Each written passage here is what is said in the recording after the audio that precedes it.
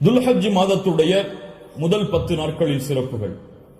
கண்ணியத்துக்குரியவர்களே, அல்லாஹ் ரப்புல் ஆலமீன் இந்த சமூகத்திற்கு செய்த மிகப்பெரிய அருள் என்னவென்றால், அல்லாஹ் ரப்புல் ஆலமீன் நன்மையான மாதங்களையும் நன்மையான நாட்களையும் நன்மைகளை அதிகப்படுத்தி தரக்கூடிய விஷயங்களையும் தீமைகளை அழிக்கக்கூடிய காரியங்களையும் அல்லாஹ் இந்த சமூகத்துடைய வாழ்நாளை அல்லாஹ் சுருக்கி இருந்தாலும் அந்த வாழ்நாளுக்குள் அல்லாஹ் அதிகப்படுத்தி தருகின்றான்.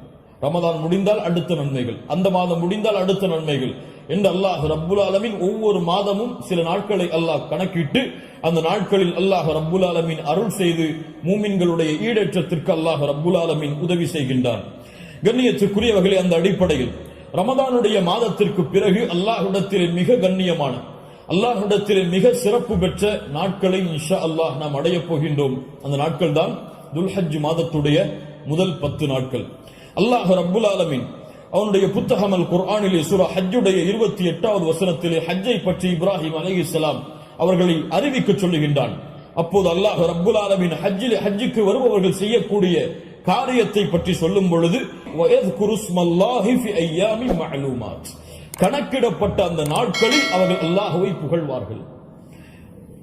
இமாம் இப்னு அப்பாஸ் ரலியல்லாஹு அன்ஹுமா கணக்கிடப்பட்ட நாட்களில் அல்லாஹ்வை புகழ்வார்கள் என்று அல்லாஹ் கூறுகிறானே, அந்த கணக்கிடப்பட்ட நாட்கள் எதுவென்றால் அய்யாமுல் அஷ்ர் அல்-அவாயில் மின் துல்ஹிஜ்ஜா, துல்ஹஜ் மாதத்துடைய முதல் 10 நாளைத்தான் அல்லாஹ் இங்கே குறிப்பிடுகிறான் என்று இப்னு அப்பாஸ் ரலியல்லாஹு அன்ஹுமா அவர்கள் சொன்னார்கள். அல்லாஹ் ரப்புல் ஆலமீன் சூரத்துல் ஃபஜ்ரை ஆரம்பம் செய்கிறார், வல் ஃபஜ்ர் வலயாலின் அஷ்ர்.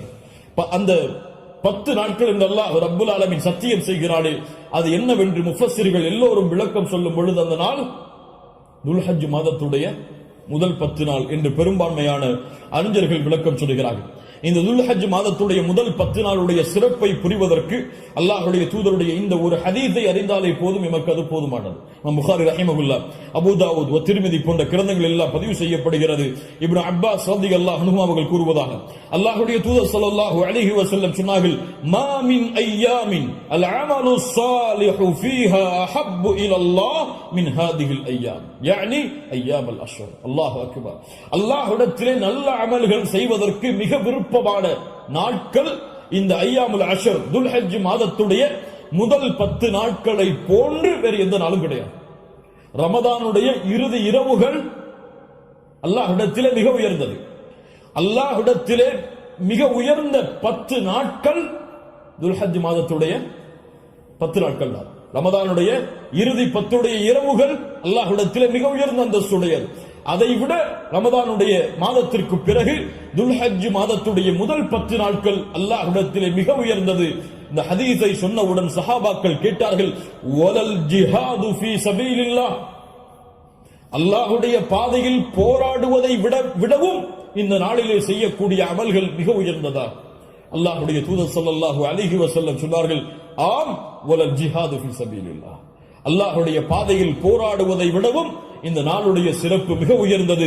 ஆனால் இல்லா ரஜுலுன் خرج بنفسه وماله فلم يرجع من ذلك بشيء, 2 அமல்களை தவிர அல்லாஹ்வுடைய பாதையில் ஒருவன் போராடுகிறான், அந்த போராட்டத்தில் தன்னுடைய செல்வம் அனைத்தையும் அழிக்கிறான், தன்னையும் அழித்துக் கொள்கிறான், இந்த 2 அமல்களை தவிர. இந்த 2 அமல்களுக்கு எதுவும் ஈடாகாது. இந்த 2ஐ தவிர மற்ற இருக்கக்கூடிய அனைத்து அமல்களை விடவும் இந்த துல்ஹஜ் மாதத்துடைய முதல் 10 செய்யக்கூடிய அமல்களுடைய அந்தஸ்து உயர்ந்தது என்று அல்லாஹ்வுடைய தூதர் முஹம்மது ரசூலுல்லாஹ் ஸல்லல்லாஹு அலைஹி வஸல்லம் சொன்னார்கள். ஏன் இமாம் ஹாஃபிஸ் இப்னு ஹஜர் அல்-அஸ்கலானி ரஹிமஹுல்லாஹ் அவர்கள் சொன்னார்கள், ஏன் இந்த 10 நாட்கள் சிறந்தது? அல்லாஹ் ரப்புல் ஆலமீன் அமல்களுடைய தாய்களை எல்லாம் இந்த நாட்களில் வைத்திருக்கிறார்.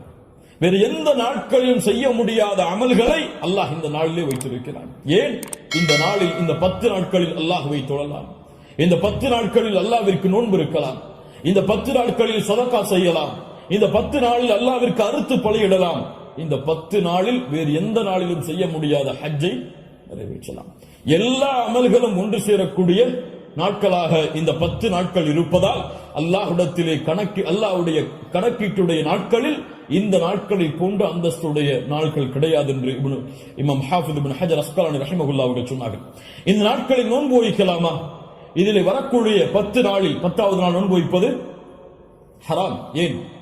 ஈதுடைய நாள். இந்த 10வது நாளை தவிர வரக்கூடிய 9 நாளும் நோன்பு வைப்பது சுன்னாவா? முஸ்லிம் ரஹிமஹுல்லா இல்மை தேடக்கூடிய மாணவர்கள் என்பதால் இந்த விளக்கங்களை கொடுக்கிறேன்.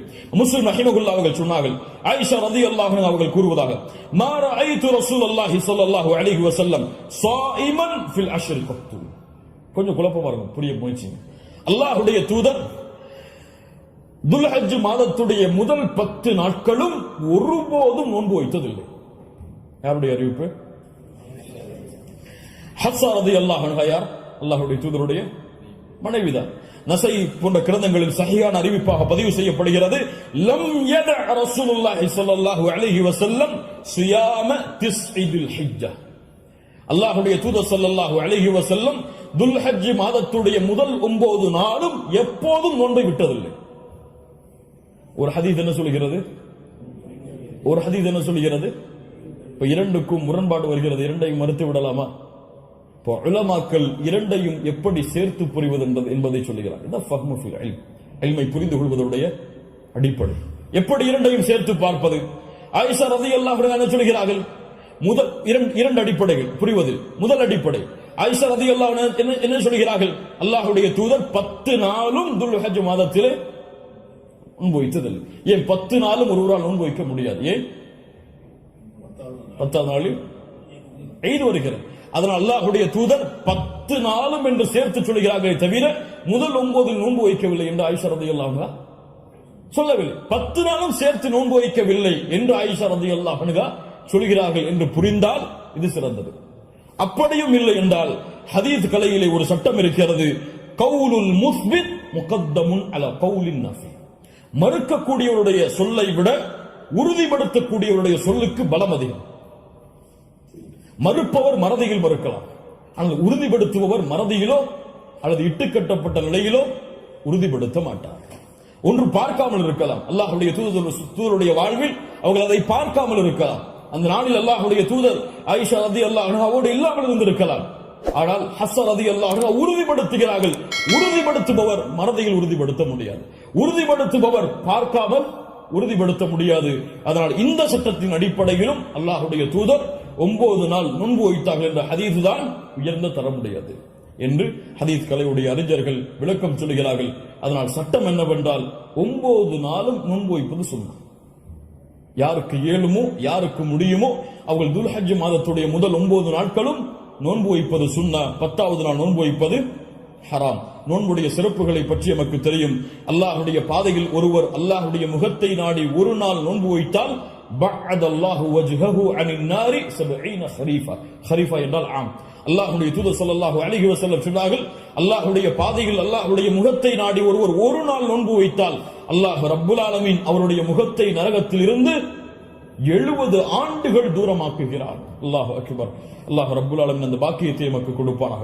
அல்லாஹ்வுடைய தூதர் ஸல்லல்லாஹு அலைஹி வஸல்லம் துல்ஹஜ் மாதத்துடைய முதல் 10 நாட்களில் வரக்கூடிய யௌம் அரஃபா, அரஃபாவுடைய தினத்துடைய சிறப்பை பற்றி சொன்னார்கள்.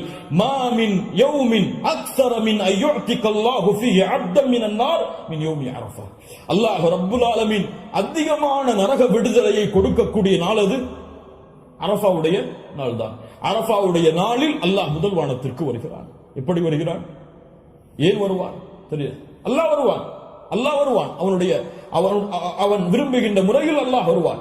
என்ன செய்வான்? கேட்பான், மா இவர்கள் எதை விரும்புகிறார்கள்? மா அராத ஹாஉலா, இவர்கள் எதை விரும்புகிறார்கள்? வேறொரு ஹதீஸிலே அல்லாஹ் ரப்புல் ஆலமீன் அங்கே கூடியிருக்கக்கூடிய எல்லோருக்கும் அல்லாஹ் மன்னிப்பை வழங்குவான். அல்லாஹ் ரப்புல் ஆலமீன் அப்படிப்பட்ட மன்னிப்பாளர்களாக ஹஜ் செய்த நம்முடைய முஸ்லிம்களையும் மூமின்களையும் அல்லாஹ் ஆக்குவானாக.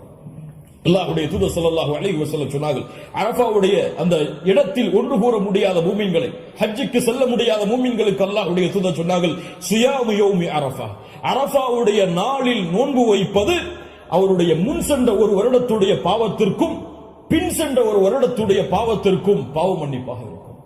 அல்லாஹ் அக்பர். முன் சென்ற வருடத்துடைய ஒரு வருட பாவம் பின் சென்ற வருடத்துடைய ஒரு வருட பாவத்திற்கு மன்னிப்பாக அமையும் என்று அல்லாஹ்வுடைய தூதர் ஸல்லல்லாஹு அலைஹி வஸல்லம் சொன்னார்கள். அல்லாஹ்வுடைய தூதர் ஸல்லல்லாஹு அலைஹி வஸல்லம் சொன்னார்கள், அஃதலு துஆ துஆஉ யௌமி அரஃபா, துஆக்களில் மிக சிறந்தது அரஃபாவுடைய தினத்தில் கேட்கப்படும் துஆவாகும். அல்லாஹ்வுடைய தூதர் ஸல்லல்லாஹு அலைஹி வஸல்லம் சொல்லிவிட்டு சொன்னார்கள், நானும் எனக்கு முன்னால் சென்ற நபிமார்களும் கூறிய வார்த்தைகளில் மிக சிறந்தது எது? லா இலாஹ இல்லல்லாஹ் வஹ்தஹு லா ஷரீக லஹ், லா இலாஹ இல்லல்லாஹ் வஹ்தஹு லா ஷரீக லஹ். இதுதான் மிகச்சிறந்தது. அரஃபாவுடைய தினத்தில் கேட்கப்படக்கூடிய துஆ. கண்ணியத்துக்குரியவர்களே, இந்த 10 நாட்களில் அதிகமான அமல் செய்யக்கூடிய மூமின்களாக இருப்போம். இந்த 10 நாளை எப்படி கண்ணியப்படுத்த வேண்டுமோ அந்த கண்ணியப்படுத்தினால் அல்லாஹ் ரப்புல் ஆலமீன் இந்த நாட்களுக்குரிய கூலியை எமக்கு கொடுக்கும்.